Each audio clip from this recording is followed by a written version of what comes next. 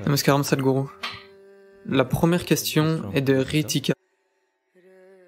Sadhguru, D'où vient-elle? elle est de Bangalore.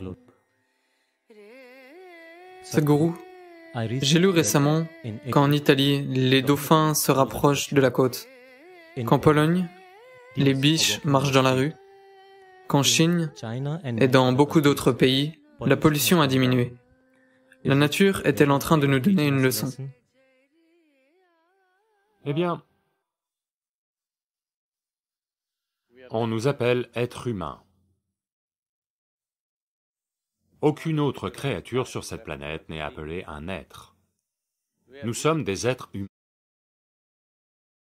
Ce qui veut dire que la qualification de base, c'est que nous savons comment être. Malheureusement, l'humanité essaie de défier cela. Eh bien, j'ai dit cela de très nombreuses façons.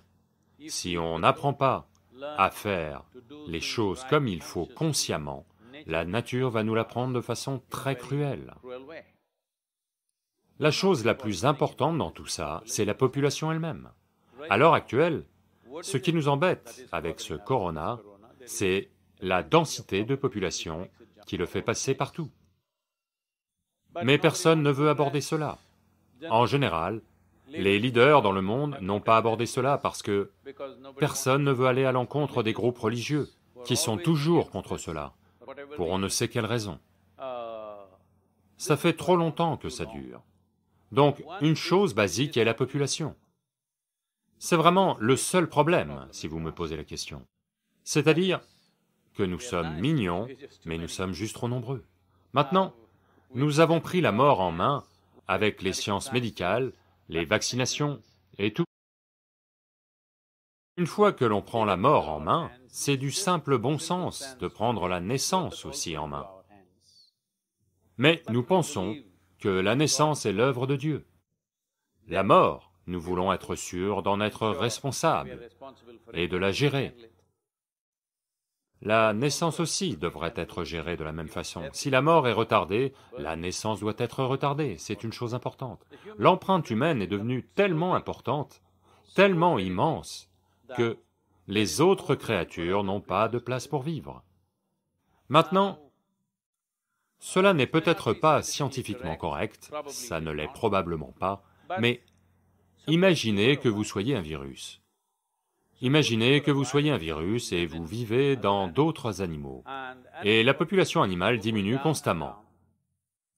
Ne choisiriez-vous pas un nouvel habitat? Peut-être que c'est ce que le virus a fait, parce qu'il n'y a pas assez d'animaux. Une chose c'est que les animaux sauvages ont disparu de façon vraiment tragique. Une autre chose c'est que chaque jour, d'autres animaux sont abattus. En un an, nous abattons plus de 70 milliards d'animaux pour nous nourrir.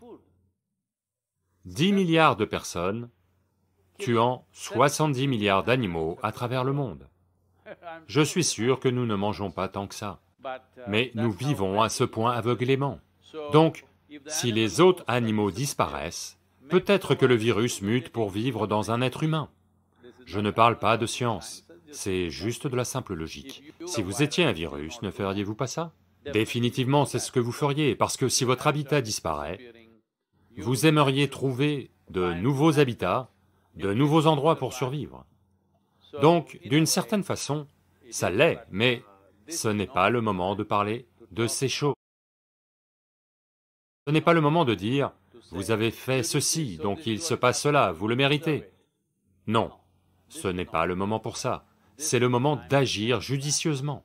Si les gens sont infectés et qu'ils souffrent, ils ont besoin de votre compassion et de votre attention. Ce n'est pas le moment de parler de tout ça. Mais sur le long terme, nous devons réfléchir à ces choses, au fait que, si l'on ne donne pas la place aux autres créatures de survivre sur cette planète, alors vous verrez, même nous ne serons pas capables de survivre, parce que notre vie n'est pas indépendante de celle de toutes les autres créatures, en particulier les micro-organismes. Ils font tout à fait partie de notre vie. Vous pouvez vivre sans vos proches et vos amis, mais vous ne pouvez pas vivre sans micro-organismes. ils font se produire tant de choses. Et vous savez, ce virus pourrait aussi devenir amical au bout d'un certain temps, parce que c'est ainsi que ces pathogènes fonctionnent. Ils cherchent un endroit pour vivre et prospérer. Donc, leur activité va dans une certaine direction. Est-ce un enseignement? Voyez, dans toute situation, il y a un enseignement, si on est prêt à apprendre. Si on est prêt à apprendre, il n'y a pas besoin de catastrophes chaque jour, chaque instant. Il y a un enseignement, il y a un apprentissage, mais malheureusement, nous n'apprenons pas. Nous attendons que des catastrophes arrivent, et ensuite on va philosopher là-dessus. S'il vous plaît, ne philosophez pas. S'il vous plaît, ne commencez pas à dire, « Eh bien, nous y voici, et à vrai dire, nous le méritons, ou les gens le méritent, les gens qui ont fait cela le méritent. » Laissez tomber ces bêtises, cela ne nous mènera nulle part. Là, tout de suite, l'important est de voir comment ne pas porter le virus. L'important, c'est que vous ne deveniez pas porteur, que vous ne soyez pas infecté. Veillez à ce que personne d'autre ne soit infecté. La chose simple est de maintenir une distance à l'heure actuelle, une distance vis-à-vis de tout. C'est le moment d'être seul, c'est le moment de se tourner vers l'intérieur. Eh bien, ça fait longtemps maintenant que j'essaie de vous rendre spirituel. Il semble que vous aviez besoin d'un virus.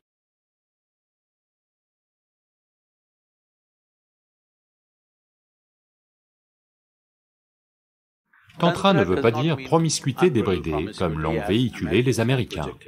Tantra veut dire une technologie. Il y a beaucoup de choses, si je parle de choses qui ont lieu autour de moi, elles sont trop contes de fées. Soudain, vous devenez comme... La vie est un jeu, ce n'est plus une lutte. Namasté. Pouvez-vous parler du mentalisme? C'est quoi le mentalisme? Mentalisme comme... Oh, le mentalisme, Sophie? Oui. Comme ça? Le mentalisme, oui. D'accord. Ne vous fiez pas aux films hollywoodiens. Beaucoup de choses y sont exagérées, mais le mental humain peut-il faire des choses à l'extérieur? Bien sûr. Bien sûr qu'il le peut.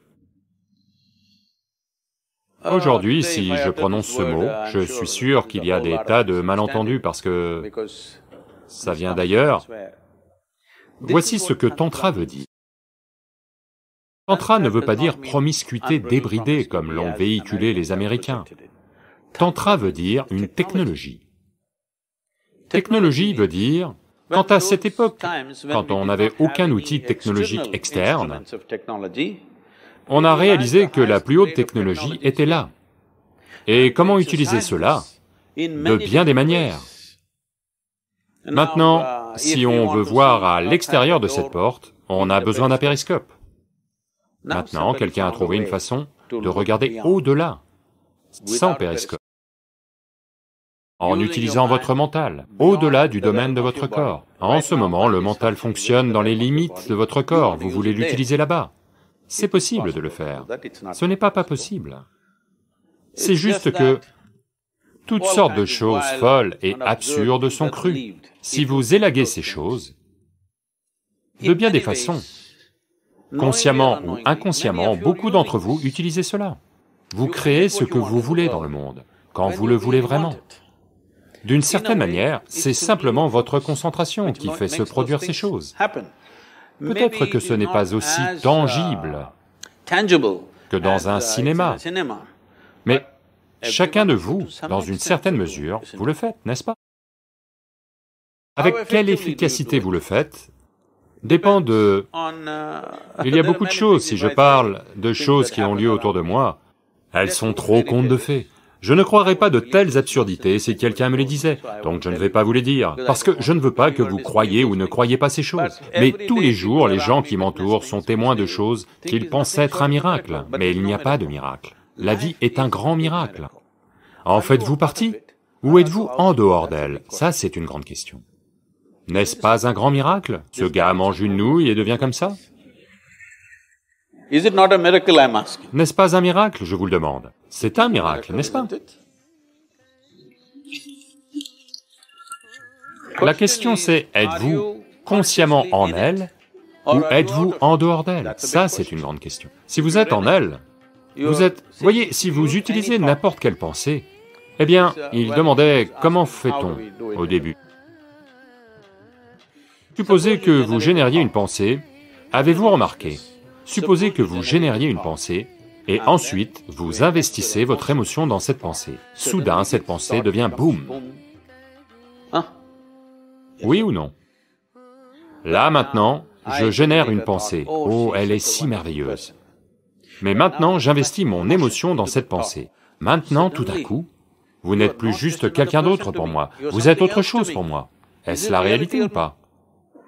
Juste parce que vous avez investi votre émotion dans votre pensée. Maintenant, il y a une chose en plus. Si vous investissez vos énergies vitales en elle, consciemment, tout à coup, cela va devenir tout à fait autre chose. Soudain, vous devenez comme... La vie est un jeu, ce n'est plus une lutte. Parce que des miracles ont lieu en permanence. Vous mettez une petite graine, elle devient un arbre. Il mange une nouille, il devient un homme. Ce que je dis, c'est que ça a lieu. Ça a lieu tout le temps. Regardez juste, vous mettez des saletés à la racine, regardez, ça devient du parfum. N'est-ce pas miracle sur miracle de tous les côtés? La seule question c'est, faites-vous consciemment partie de cette création miraculeuse? Ou êtes-vous coincé dans votre propre logique et en dehors de ce miracle? C'est la seule grande différence.